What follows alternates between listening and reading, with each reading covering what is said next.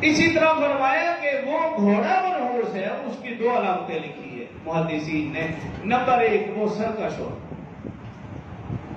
اپنے مالک کا سرکش ہو، نافرمان ہو، فرمایا یہ گھوڑا منحوس ہے۔ اور دوسری علامت یہ لکھی کہ قیمتی گھوڑا منحوس ہے، کہ صرف اس کی قیمت ہے، اس سے خدمت نہیں لی جا رہی، صرف اسی کی خدمت کی جا رہی ہے۔ حالانکہ اللہ نے یہ گھوڑا سواری کے لیے اور انسان کی خدمت کے لیے پیدا کیا ہے کہ انسان اس پہ سوار ہو، لیکن اگر کوئی فرقہ گھوڑے کو ہی اپنے اوپر سوار کر لے، دن رات اس کی خدمت میں لگا رہے، انسان کو وہ کھانا نہ ملے جو اس کے لیے تیار کیا جائے،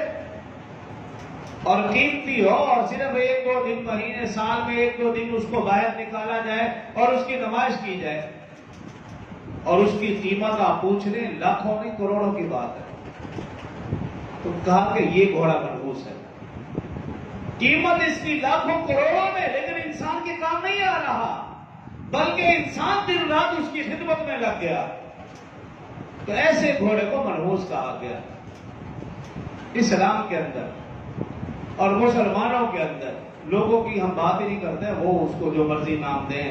وہ اس کو عزت سے پکاریں، عزت سے پالیں، ان کو اوپر کپڑے چڑھائیں، ہمیں ان سے کوئی غرض ہی نہیں ہے، لیکن رسول اللہ صلی اللہ علیہ وسلم کے فرمان کے مطابق ایسا گھوڑا منحوس